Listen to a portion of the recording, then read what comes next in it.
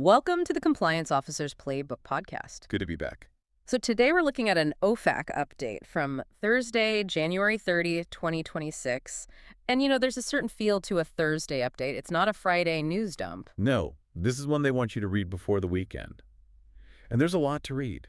There really is. This one feels, well, it feels different. It's not just about the usual bad guys. It's about how they're moving money. That's it, exactly.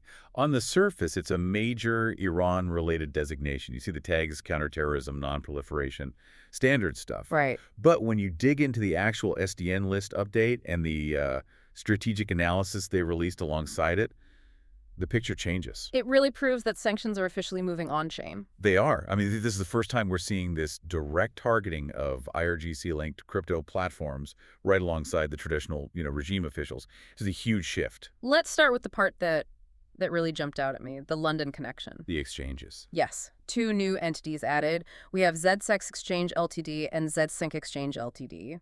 Mm-hmm.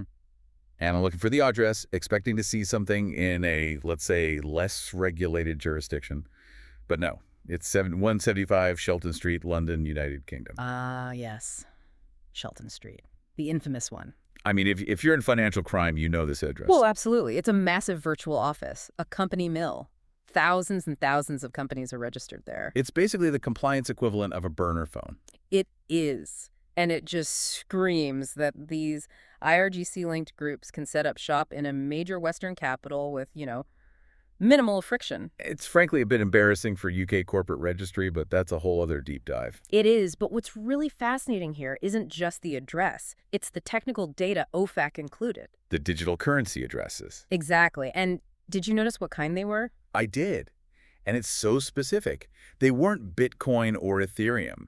They were TRX, Tron addresses. Tron. And that's not a coincidence. If you're trying to move illicit funds, especially out of a sanctioned jurisdiction like Iran, you're not using Bitcoin. It's too slow. Fees are too high. You're using a stable coin. You're using USDT, Tether, and you're moving it on the Tron network because it is incredibly cheap and incredibly fast. Pennies per transaction. Right.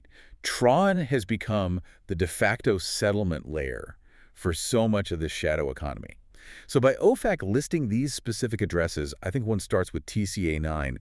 They're not just sanctioning a company name. They're sanctioning the on-chain infrastructure itself. They're burning the rails. That's the perfect way to put it. They're treating these virtual asset service providers, these VASPs, exactly like they'd treat a conventional bank. There's no difference anymore. Which is a huge deal for anyone in crypto compliance. But let's pivot from the digital world for a second back to the physical one, because this update also listed a lot of high-profile individuals. Yes, the human element. Yeah. And a lot of them were tagged with IR and HR for human rights abuses. It looked like a roll call of regional power. We've got Hamid Damghani, IRGC commander for Gilan province, Mei Hajian, who's the LEF, the law enforcement commander for Kamanshah. Another one, Hossein Zara Kamali in Hamadan. And Gorban Mohammed Balizadeh in Tehran province. I mean, these are the enforcers on the ground. They are. The Treasury is targeting the chain of command responsible for what they call violent repression. And you're seeing both IRGC and LEF commanders, which points to a coordinated effort. And then there's the big fish in this group. Majid Kademi. Commander of the IRGC intelligence organization. I mean, that's not a regional role. That's the core. He's the brain of the security apparatus. Surveillance, dissidents, detentions. That's his world. And designating him as a major strategic move. I also noticed Eskandar Momeni on the list. And the level of detail is something else. It even lists his passport expiry date in 2029. That level of detail is a clear signal.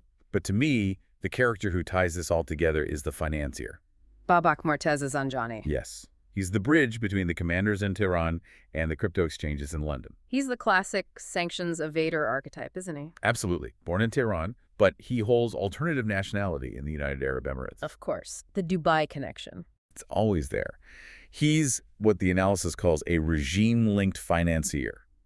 These are the operators who know how to work in the gray areas, how to use cross-border evasion channels. So you sanction a commander, but he's not getting paid into a U.S. bank account. Of course not. He's getting paid through channels that Zanjani sets up. Maybe using a shell company on Shelton Street, moving Tether on the Tron network. It all connects. It's a full ecosystem, and that's what makes this so difficult for us on the compliance side. Well, speaking of difficulty, we have to talk about the cleanup in this update, the administrative side. Right. Being a compliance officer isn't just about adding new names, it's about keeping track of the changes. The maintenance.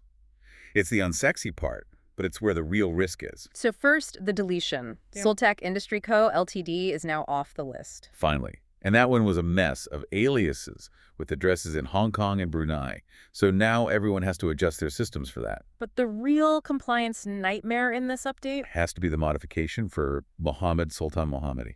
I stared at this entry for a long time. It is just a master class in identity obfuscation. It's incredible. So his entry is updated to link him to Hoda Trading. Yeah. But then you look at the personal details. He's got a UAE residence, an address at Sentosa Cove in Singapore, which is not a cheap neighborhood. Not at all. And then the passports, the update explicitly lists at least 5 different UK passport numbers for this one individual. You see numbers like 038016890, 093045489, and it just goes on. How does that even happen? And if I'm at a bank, how am I supposed to catch that? One guy, multiple names, including Wang Chung Lang, as an alias, by the way. Wait, really? Wang Chung Lang? Listed right there as an alias for Sultan Mohammadi. Wow. Well, that's why basic fuzzy matching just doesn't cut it anymore. Your system has to do more. It needs to perform, entity resolution. Meaning you link all the other data points? Exactly. The name might not match, but the date of birth, the address in Singapore, one of those 5 passport numbers, you need a system that can connect those disparate dots to resolve to a single sanctioned identity. He's basically arbitraging the gaps in global data systems. Okay, so let's pull all this together. We have crypto exchanges in London, commanders in Tehran, financiers in Dubai, and individuals with a portfolio of passports. If I'm sitting at a compliance desk today, what's the one thing I need to take away from this? The one thing is that compliance has to move at transaction speed. Not in tomorrow's alert backlog. No, that era is over. These crypto transactions on Tron settle in seconds. If you're running your screens overnight, the money is gone. It's already moved 3 times before your system even wakes up. And because OFAC is giving us the actual wallet addresses... The plausible deniability is gone. If you process a transaction from that address, it's a strict liability violation. You can't say you didn't know. So the gap between, say, fintech compliance and traditional finance compliance is just gone. Completely. Yeah. It's evaporated. If you're a crypto exchange, you are now a frontline soldier in counterterrorism financing. And if you're a traditional bank, you can no longer afford to ignore crypto. Your customers are using it. The bad guys are definitely using it. It's an incredible picture. We've got commanders in Tehran, crypto exchanges in London, and financiers in Dubai, all connected in a single OFAC update. The mission hasn't changed. It's still about applying pressure. But the battlefield looks completely different. It really does. It leaves you wondering where they'll go next. That's always the question. Well, we'll leave it there for today. If you're loving this conversation and want to be part of keeping it going, the best way to support the show is to become a paid subscriber on Apple Podcasts. You'll get access to the full episode, plus every deep dive we do. Head to Apple Podcasts, search Compliance Officers Playbook, and join our growing community today.